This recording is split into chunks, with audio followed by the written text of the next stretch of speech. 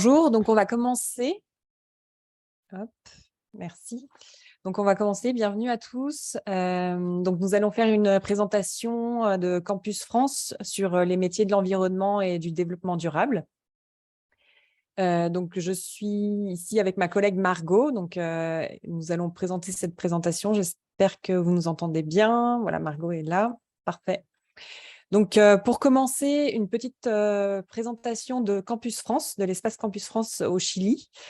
Campus France, c'est une agence pour la promotion de l'enseignement supérieur et de l'accueil international des étudiants pour aller faire ses études en France. Donc, Campus France, c'est une plateforme d'information et de postulation et une étape également obligatoire avant la demande de visa pour aller en France, pour ceux qui doivent faire leur visa pour aller en France. C'est également un service d'orientation et de conseil personnalisé. Voilà. Alors pour cela, Campus France a plusieurs outils. Tout d'abord, un outil qui est géré de Paris et qui est le site internet campusfrance.org. Donc, ce site internet regroupe beaucoup de catalogues de recherche pour les études supérieures. Donc, on va le voir un peu plus tard dans la présentation. Et puis un site internet au niveau du Chili local où il y a des informations plus spécifiques pour les publics résidents chiliens.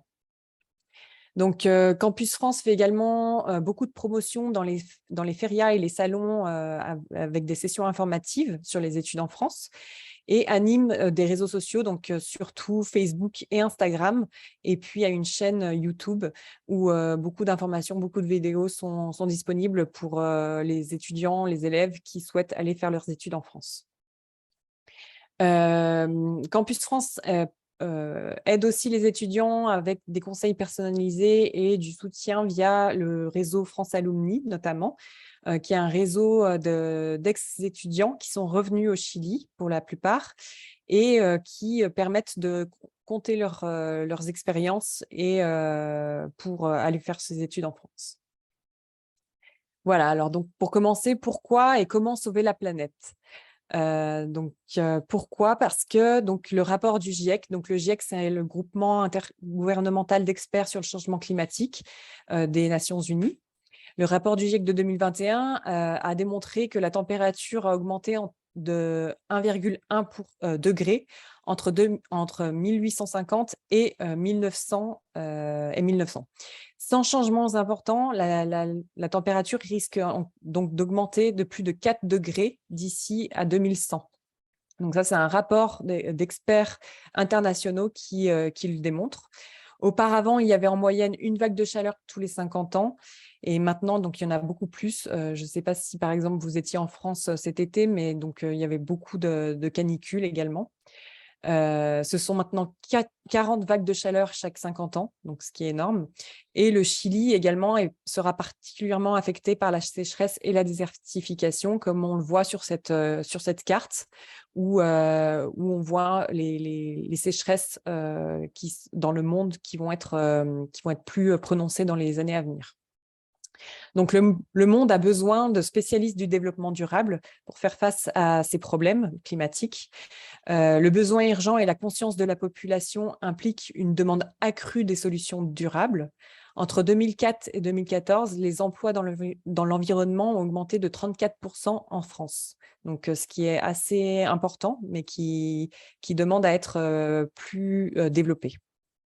Donc, choisir d'étudier dans l'environnement, c'est choisir une voie avec des débouchés qui vont exister, donc des emplois qui vont exister dans le futur. Donc, c'est aussi intéressant de choisir ces études dans l'environnement.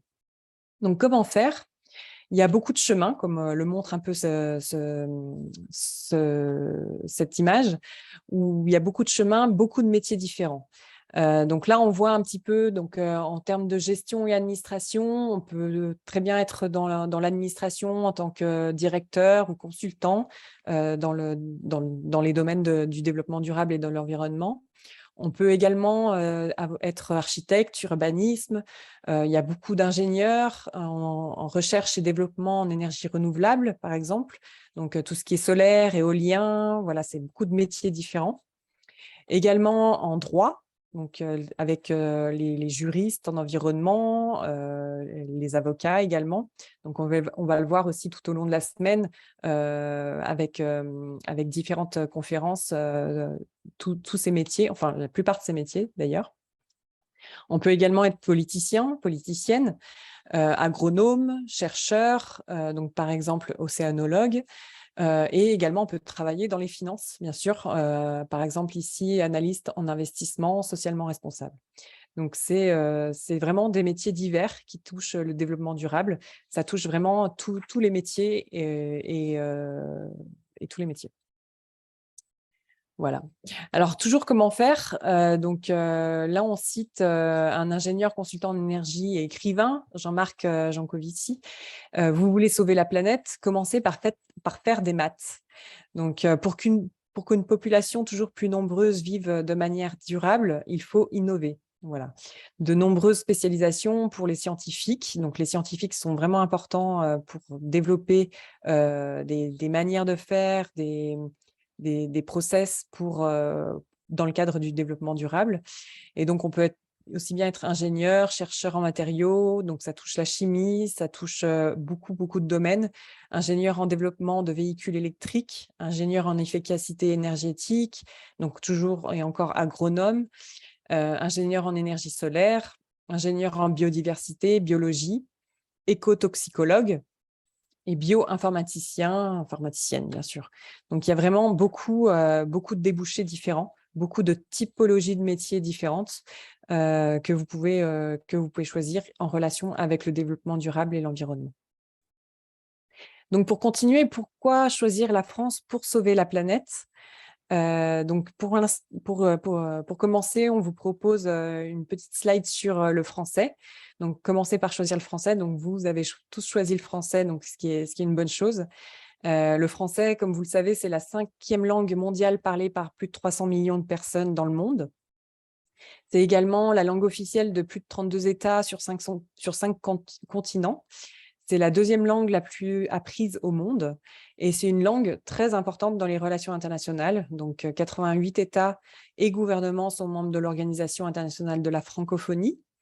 C'est la langue officielle et de travail de l'ONU, de l'UNESCO, du Comité international olympique et également de l'Union européenne, comme vous le savez. Donc, parler français permet d'étudier un diplôme universitaire en France, permet de se démarquer sur le marché du travail également. Donc, si vous avez plusieurs langues, vous parlez plusieurs langues, cela vous permettra de vous aider au niveau professionnel. Beaucoup d'entreprises françaises sont au Chili et dans le monde. Parler français vous permettra de vous ouvrir à des carrières internationales donc, et de converser, échanger et se divertir en français dans le cadre de différents domaines, donc comme le cinéma, la littérature, les arts, la gastronomie et l'architecture. Pourquoi choisir la France aussi? Donc, parce que la France pratique des coûts d'inscription dans ses universités bas, essaye encore et toujours de les maintenir à bas coût. Il y a des articles qui sont très importants sur le site de campusfrance.org qui s'appelle l'article des droits différenciés. Il s'agit ici à ce que les universités puissent voter chaque année un coût d'inscription bas pour les étudiants internationaux.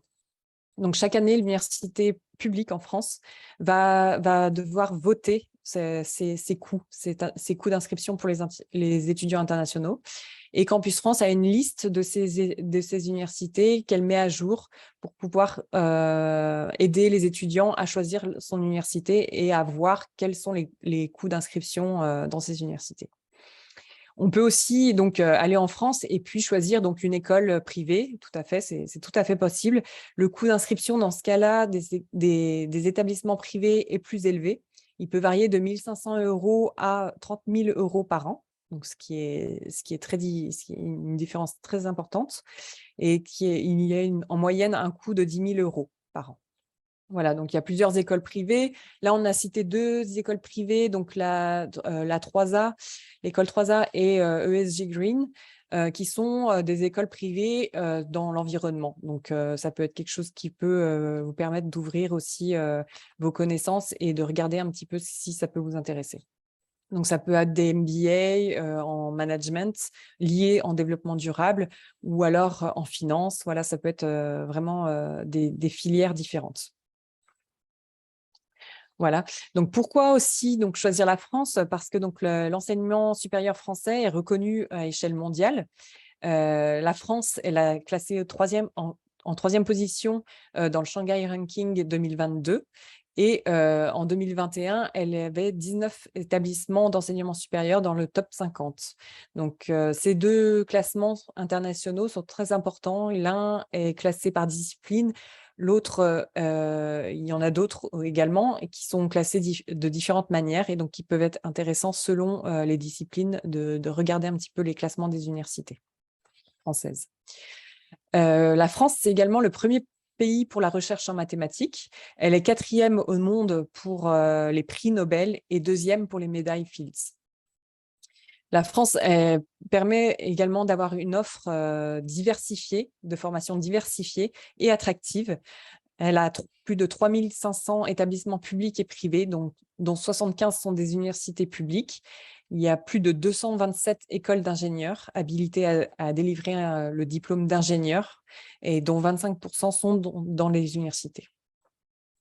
Aussi, donc, si on ne parle pas français, donc, ce qui n'est pas votre cas, il y a plus de 1600 cours dispensés en anglais dans tous les domaines des études, dont en développement durable. Donc, comme on l'a vu un petit peu avant, les frais d'inscription en France sont parmi les plus bas au monde et les diplômes français, donc nationaux, licence, master et doctorat, sont reconnus au niveau international et suivent le modèle commun européen.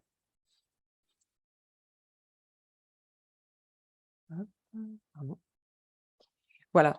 Donc, pourquoi choisir ces études dans le développement durable en France? Parce que au niveau des objectifs de Horizon 2030, il y a plusieurs objectifs, dont la neutralité carbone en 2050, le 100% plastique recyclé et les 3/4 de la production agricole en bio en 2030. Donc, ça fait beaucoup d'objectifs.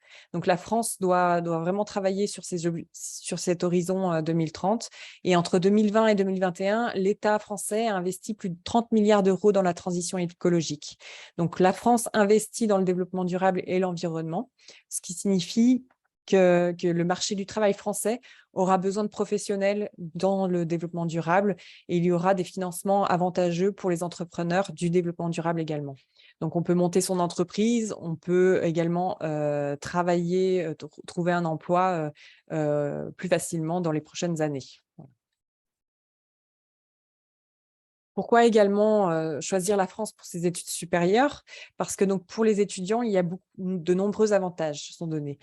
Premièrement, on peut parler du label Bienvenue en France, dont on va parler un petit peu plus tard aussi, qui est un label qui permet de visualiser les universités qui développent beaucoup les guichets d'accueil ou les services guichets uniques ou bureaux d'accueil pour les étudiants internationaux. Donc, quand on est étudiant internationaux, on ne parle pas très bien français ou on parle français, mais on ne connaît pas du tout la France.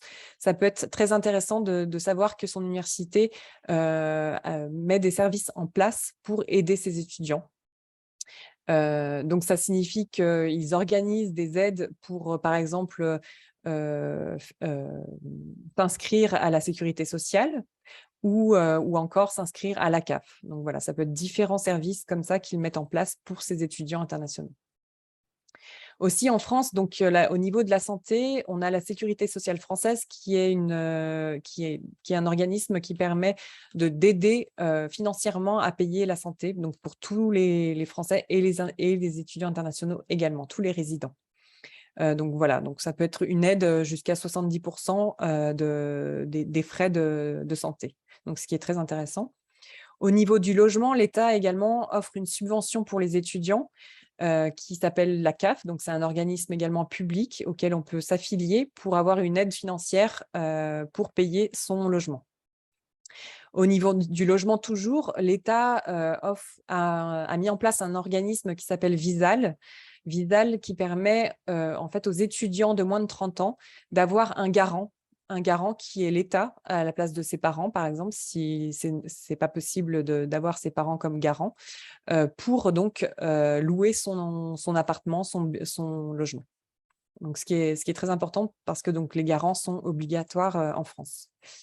Les étudiants également ont beaucoup de réductions dans les transports, dans la culture, dans le sport et dans la restauration. Donc, il y a les restaurants universitaires en France où chaque repas est à payer environ 4 €, moins de 4 € parfois, avec la carte étudiante.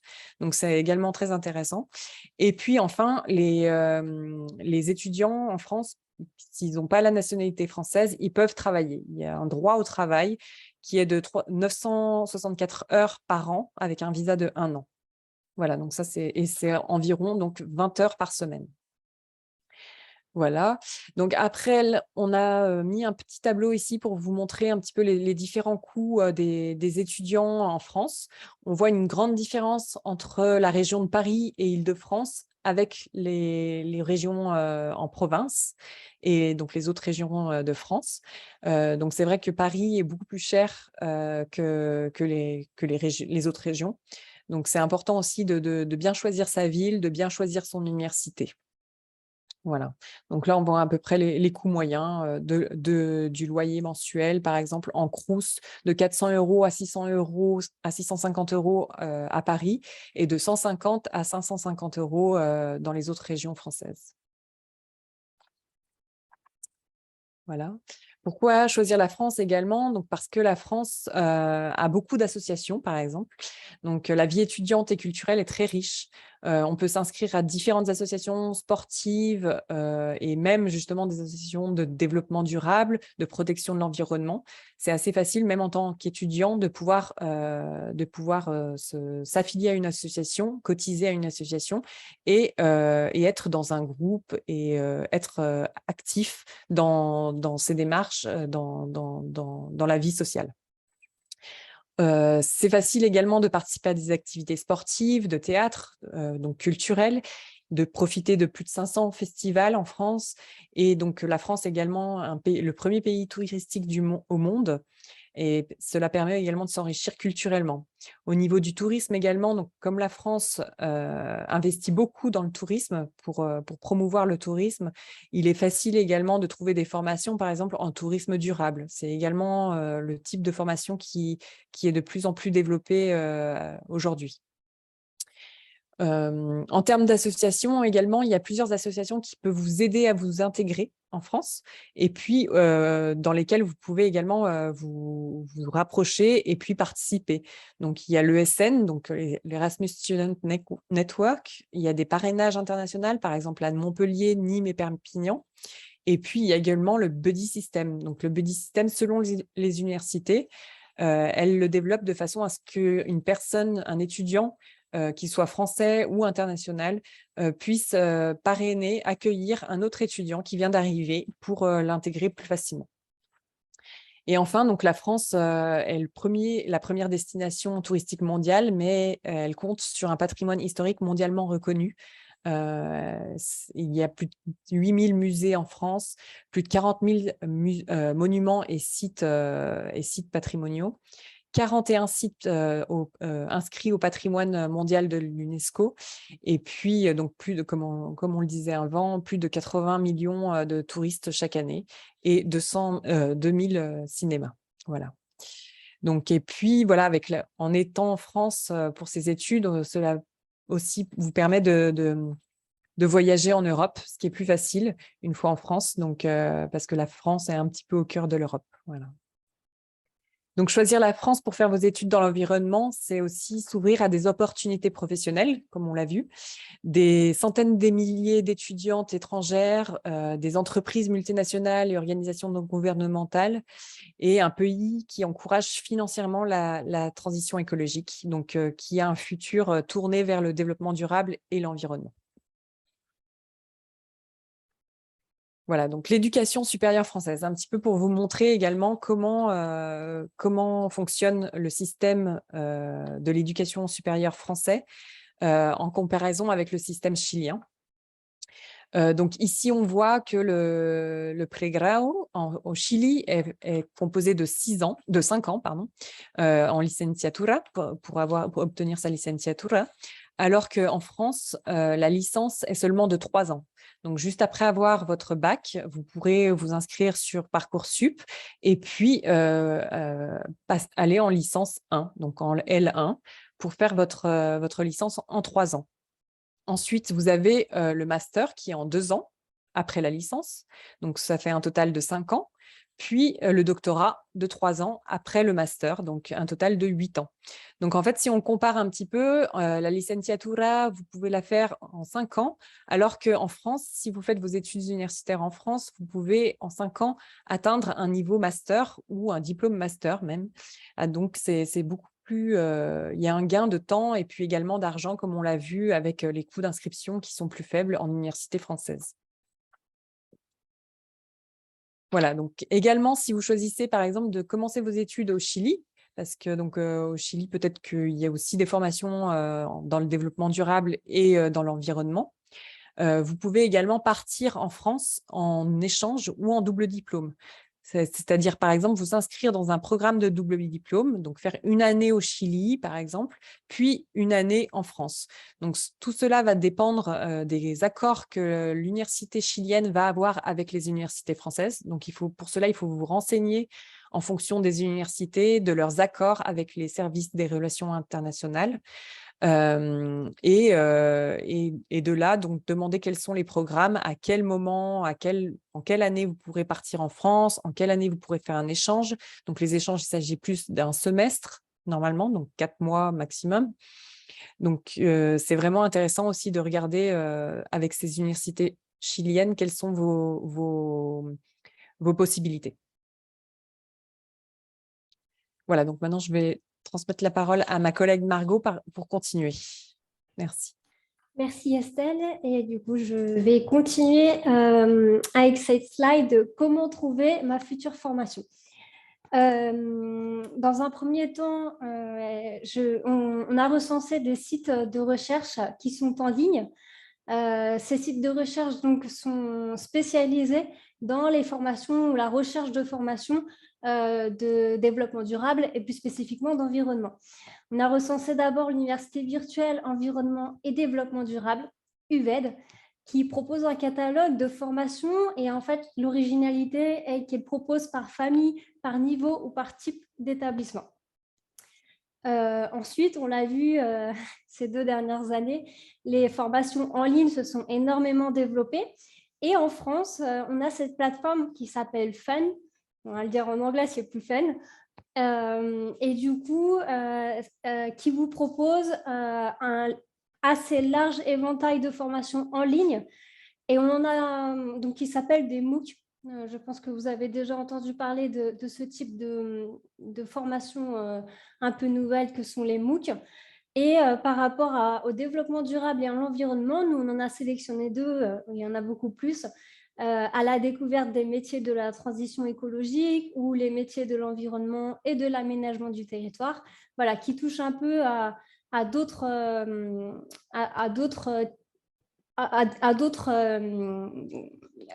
spécialités également, comme par exemple l'aménagement du territoire, le côté scientifique, etc. L'ONICEP, je pense que tout le monde ici connaît ce super site internet de l'ONICEP, donc qui produit et diffuse beaucoup d'informations sur les formations et les métiers de manière générale à destination de l'étudiant, pour qu'il puisse faire un peu plus, pour qu'il puisse avoir une plus large vision de ce qui est proposé en termes de formation en France. Donc, pour le développement durable, il y a 2 guides, le guide des formations orientation environnement et le guide des métiers de l'environnement et du développement durable. Et dans ce guide des métiers de l'environnement, on recense 28 métiers qui sont classés en 4 familles. On a donc la gestion de l'eau et des déchets, l'efficacité énergétique, la prévention des risques et la protection de la nature. Donc, tout ça, ça vous donne sans doute beaucoup d'idées et surtout, ça vous donne ça vous montre qu'il y a un large éventail pour travailler dans l'environnement et ou dans le développement durable. Enfin, on a Studirama qui propose des fiches métiers, donc un peu pareil que l'ONICEP. Et par exemple, Studirama a fait une étude, il recense au moins 75% des emplois qui sont liés à la gestion de l'eau et ou au traitement des déchets. Donc, c'est énorme, 75% des emplois. Et donc, si vous voulez en lire un peu plus, je vous invite à suivre le lien ici présent. Et dans tous les cas, je pense que cette présentation vous sera envoyée par la suite. Dans la slide suivante. Alors, un peu plus lié à Campus France Chile, parce que c'est quand même la plateforme des références pour pouvoir aller étudier en France. Campus France a mis en place des catalogues en ligne. Donc, pour la licence en jaune, pour le master en vert et pour beaucoup plus d'années en violet, ce sont pour trouver un doctorat. Ces catalogues de licence ou de master en ligne vous permettent de trouver la formation adéquate. Donc, étant donné qu'on est dans la semaine de l'environnement, vous pouvez par exemple faire votre recherche par mots-clés en écrivant environnement, gestion des déchets, développement durable, énergie renouvelable, etc. etc. Et selon si vous avez de la famille ou pas, ou si vous êtes attiré par une région, en France, vous pouvez donc faire votre recherche par région, par niveau également. Donc, comme vous êtes au lycée, on privilégiera la licence, et par discipline, donc, qui se réfère un peu aux mots-clés. Aussi, de plus, Campus France a mis en place des fiches qui vous permettent d'avoir une idée un peu plus précise du type de discipline, du type de formation qui vous seront qui vous sont en fait proposées dans l'enseignement supérieur en France. Donc, parmi ces fiches, on a l'environnement, le développement durable, les énergies renouvelables, le climat. Tout à l'heure, Estelle en parlait, c'est quelque chose de très important avec le changement climatique. Et bien sûr, l'agriculture qui est tout aussi importante. Au même titre que l'ONICEP, on a aussi d'autres sites Internet pour pouvoir avoir accès à beaucoup plus d'informations et une information dite d'une autre manière, donc compréhensible d'une autre manière aussi, qu'est l'étudiant SIG. Bon, je parle à un public francophone, du coup, j'ai aucun doute que vous comprendrez les sites qui sont généralement écrits en français. La slide suivante recense nos ressources. Campus France Chile, ici au Chili, a la chance de pouvoir travailler avec des ressources, qu'elles soient humaines et documentaires. Au niveau de nos ressources humaines, on a de grands partenaires pour les lycées, les universités qui sont en région et qui ne peuvent pas du coup se rendre à Santiago où est situé l'Institut français et derrière Campus France. Ça nous permet de vous toucher un peu plus et d'organiser des sessions informatives, etc. Donc, on a une alliance française à Antofagasta, Osorno, Concepción et Coquimbo. Au niveau des guides, Campus France en a développé quelques-uns également. Estelle vous a parlé tout à l'heure de la map, la carte interactive qui vous permet de cibler où sont les guichets uniques. Donc, cet instrument est vraiment très, très utile une fois en France. Et avant de partir, donc pour faire vos recherches, il y a les fiches d'accueil dans les établissements, les fiches de ville, l'ABCD de la vie quotidienne, comment ça se passe la vie quotidienne pour un étudiant en France, etc., etc. Tout ça pour vous aider à bien vous adapter, à bien vous intégrer en France. Ensuite, on a, grâce à notre compte YouTube, beaucoup de vidéos, des courtes, je vous rassure, qui expliquent tout en quelques minutes. sur toutes les procédures que vous devrez faire si vous êtes intéressé à étudier en France. Il y a beaucoup de procédures avant, pendant et surtout après. Et du coup, nous, Campus France, on est là pour vous aider. Et on ne vous laisse pas tomber à nager dans toutes ces procédures administratives qui peuvent être parfois compliquées. Et dans tous les cas, on vous assure une complémentarité par rapport à ces vidéos qui sont déjà très explicatives. Bienvenue en France. Bienvenue en France. La qualité de l'accueil des étudiants internationaux, comme a pu le dire auparavant Estelle, c'est vraiment devenu un enjeu fondamental depuis 2019 pour justement l'internationalisation et l'attractivité de l'enseignement supérieur français. Depuis 2019, du coup, le label Bienvenue en France est délivré aux établissements qui sont désireux de mettre en valeur leur dispositif d'accueil. Aujourd'hui, on compte 138 établissements qui sont certifiés de ce label, ce qui est énorme et ça continue d'année en année à accroître. En fait, tout simplement, ce qui est intéressant dans ce label, c'est lorsque vous allez faire votre recherche pour telle formation, telle université, etc., et que vous avez un doute entre deux ou que vous voulez comparer, c'est super intéressant de voir si une université ou une formation a ce label. Cela signifie qu'il sait bien donner la bienvenue, accueillir les étudiants internationaux, mais pas que, les étudiants français également. Comparé à une autre qui ne l'aurait pas, je pense que le choix est fait. Financer ses études. On sait que c'est un point assez crucial pour les étudiants et très important pour les parents, les étudiants également. Et Campus France a donc mis en place un catalogue qui s'appelle Campus Bourse. C'est un catalogue en ligne qui recense toutes les bourses qui existent en France.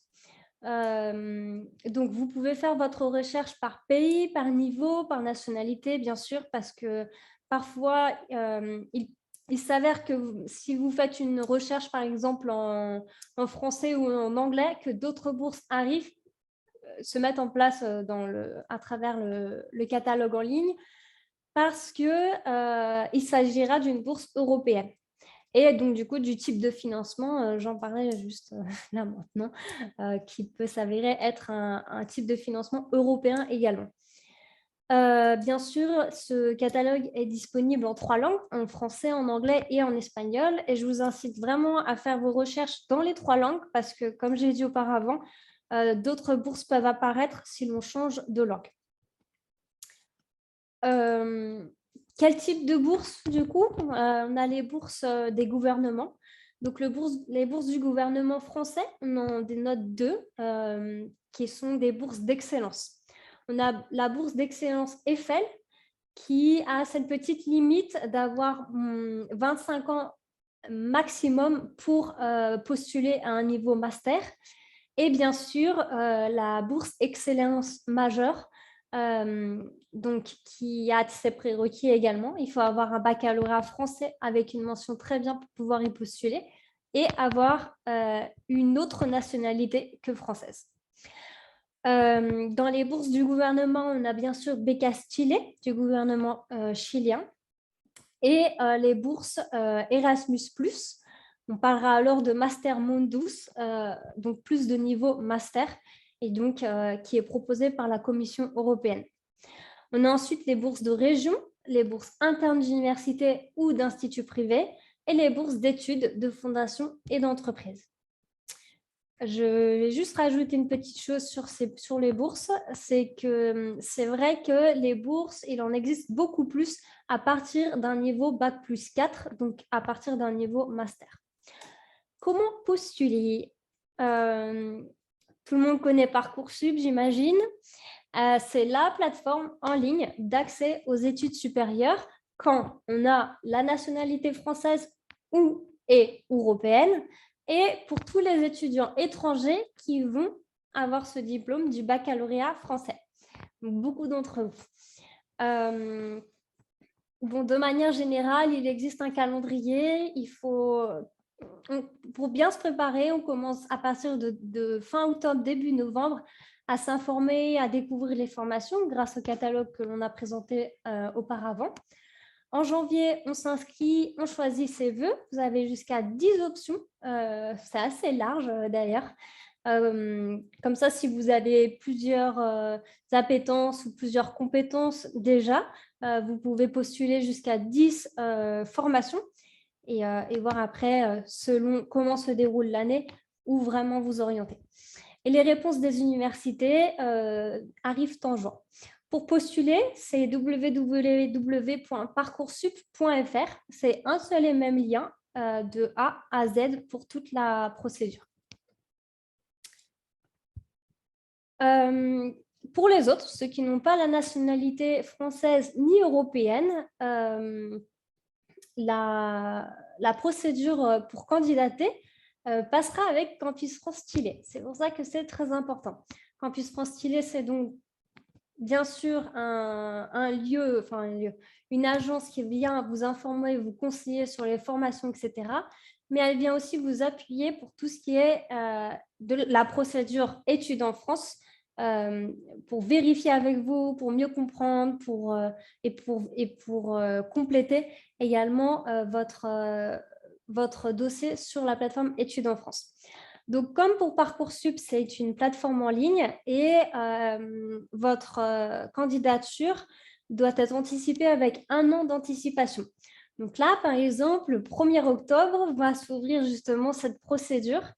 Donc, si vous êtes intéressé, vous êtes évidemment convié mercredi prochain, mercredi qui arrive, à une session informative pour savoir comment toute cette procédure de candidature fonctionne.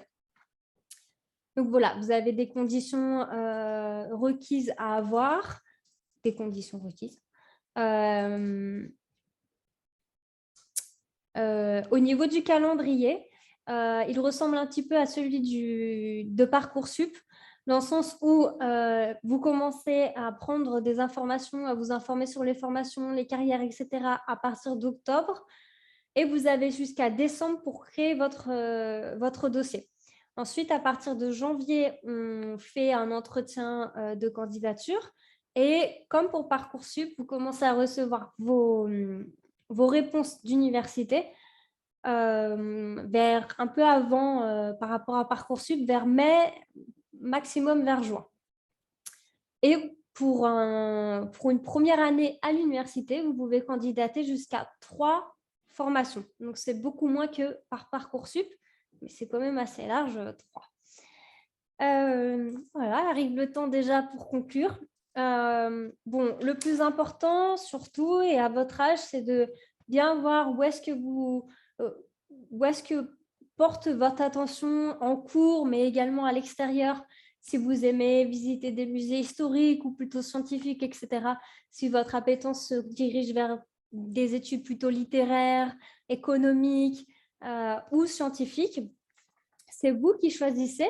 Bien sûr, vous pouvez vous tromper parce qu'à 18 ans, même entre 15 et 18 ans, c'est très jeune pour pouvoir déjà anticiper toute une carrière. Et bien nombre de gens changent de carrière en plein milieu de leur carrière professionnelle. Donc, il n'y a pas de problème.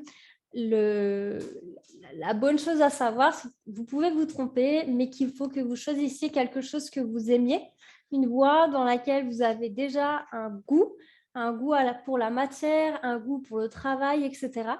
Et ça sera beaucoup plus facile pour vous en termes d'études et de carrière professionnelle par la suite. Merci beaucoup à tout le monde et on va passer à un temps de questions-réponses si vous le souhaitez. Et Estelle, je te redonne la parole. Oui.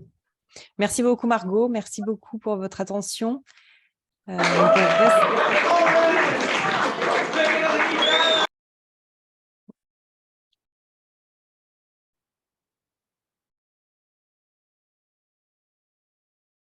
Donc, on reste à votre écoute si vous avez des questions par chat ou par visio, comme vous voulez, si vous mettez. Vous m'entendez? Oui, assez loin, mais on vous entend. Si on part, on va essayer de se rapprocher du micro pour poser des questions. Est-ce que vous avez des questions à poser? Est-ce que quelqu'un a une question à poser? Pas de question? Profitez-en. Pas de question sur les études en France, sur ce qui a été dit, sur...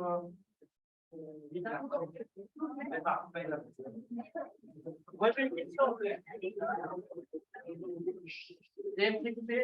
Est-ce que vous pouvez réexpliquer ce que c'est la bourse excellence majeure? Vous m'entendez? Non, non, très mal. Est-ce que là, vous Désolée. m'entendez mieux? Vous m'entendez Oui, mieux là? oui, oui, je Est-ce vous que entends. vous pouvez réexpliquer, parce que je pense qu'il y a pas mal d'élèves qui ne savent pas ce qu'est la bourse excellence majeure et ce qu'elle permet? Alors, la bourse d'excellence majeure, donc c'est une bourse pour les lycéens, donc les lycéens comme vous, de lycée français, qui a une mention très bien au bac et qui permet donc d'avoir une aide financière pour aller étudier en France ensuite. Oui. Voilà, donc il ne faut pas être français également. Voilà, donc ça, il y a un élève qui a une question, il va bien la poser là parce que c'est quoi? Dis-moi ta question. Dis-moi ta question, je vais la répéter. Comment? Ah, il a une question sur la bourse Eiffel aussi. Alors, la bourse Eiffel, donc c'est une bourse pour les masters ou alors pour les doctorats. Voilà. Donc, il faut avoir moins de 25 ans pour le niveau master, pour être en master et avoir cette bourse, et moins de 30 ans pour le doctorat. Voilà. Donc, c'est des bourses également qui permettent d'avoir une aide financière pour aller étudier en France, en master ou en doctorat. Donc, il y a tout un processus de sélection qui démarre à partir de octobre environ, chaque année, pour pouvoir aller faire ses études ensuite en septembre de chaque année. Est-ce que vous avez d'autres questions? Pas d'autres questions sur? Vous allez nous envoyer la présentation? Oui, oui, oui. Alors, vous êtes quel lycée? On est le lycée Jean d'Alembert. Ah oui, voilà. Ouais, il me semblait que je reconnaissais. Ok, très bien. Jean d'Alembert. Et donc, on a quelle classe? On a quelle classe présente? Des classes de seconde. De seconde? Très bien, parfait. Donc, vous avez encore un peu de temps pour choisir votre voie, mais voilà, pensez au développement durable et à l'environnement. C'est juste aussi pour qu'on ait les liens que vous avez, qu'il y a sur Tout à fait. les diapos. Tout à fait. Explorer. Oui, on l'enverra à tous les lycées, de toute façon. Voilà, il n'y a pas de souci. Pas de problème. Et beaucoup d'étudiants sont intéressés par le développement durable dans la salle? Est-ce qu'il y en a qui sont intéressés par le développement durable? Oui. Donc,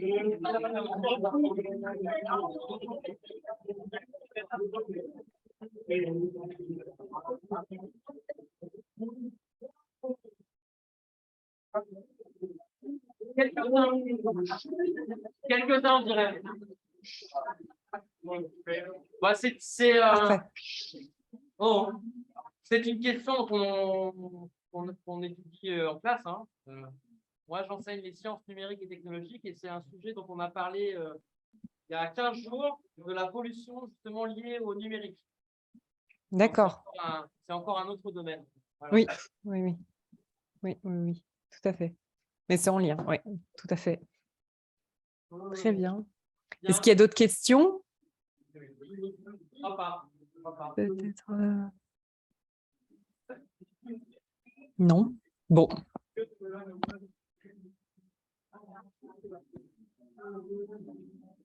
Bien. Margot, tu as d'autres questions? Tu as une question ou tu veux qu'on revienne sur un point? Oui, sans doute. Oui. Promouvoir un peu et rappeler sans doute la conférence de demain qui a lieu à 9h. 9h, cette fois-ci, ce sera à 9h. Et qui portera, donc bien sûr, toujours en lien avec l'environnement et le développement durable, et qui portera sur la formation de santé. Donc, on accueillera un psychologue, un coach sportif et le dernier, un médecin interne. Donc, pour tous ceux qui sont intéressés par les formations de santé, on aura 3 interventions donc de ces 3 métiers-là. Voilà, juste ce petit rappel. Et puis, on peut rappeler aussi la conférence de mercredi. Alors, je ne sais pas si Inès veut prendre la parole pour présenter celle de mercredi, de jeudi et vendredi également. On a encore un peu de temps, ouais. Oui, bonjour. Oui, Oui, effectivement, je peux rappeler un peu rapidement ce qu'on va avoir comme conférence tout au long de la semaine. Donc, comme disait Margot, demain, ce sera plutôt les métiers de la santé et puis enfin, la santé physique et psychologique. Mercredi, on aura plus des métiers de l'ingénierie, à la fois ingénierie civile, mais aussi ingénierie financière, avec un ingénieur civil, une data scientist et puis un intervenant qui travaille dans la finance verte. Jeudi, ce sera plutôt les métiers autour du vivant. Donc, on aura une ingénieure agronome et puis quelqu'un qui travaille dans une ONG de protection de l'environnement. Et pour terminer, vendredi, ce sera donc des métiers de la science politique et du droit, avec un avocat, une journaliste et puis une personne qui travaille dans une fondation de protection des droits de l'homme. Donc voilà, si vous êtes intéressé, n'hésitez pas à vous connecter, que ce soit avec votre classe. Je ne sais pas exactement comment le lycée s'organise, mais en tout cas, ce sera à 9h. Très bien, merci beaucoup Inès. Merci. Alors, je ne sais pas si vous avez d'autres questions ou précisions.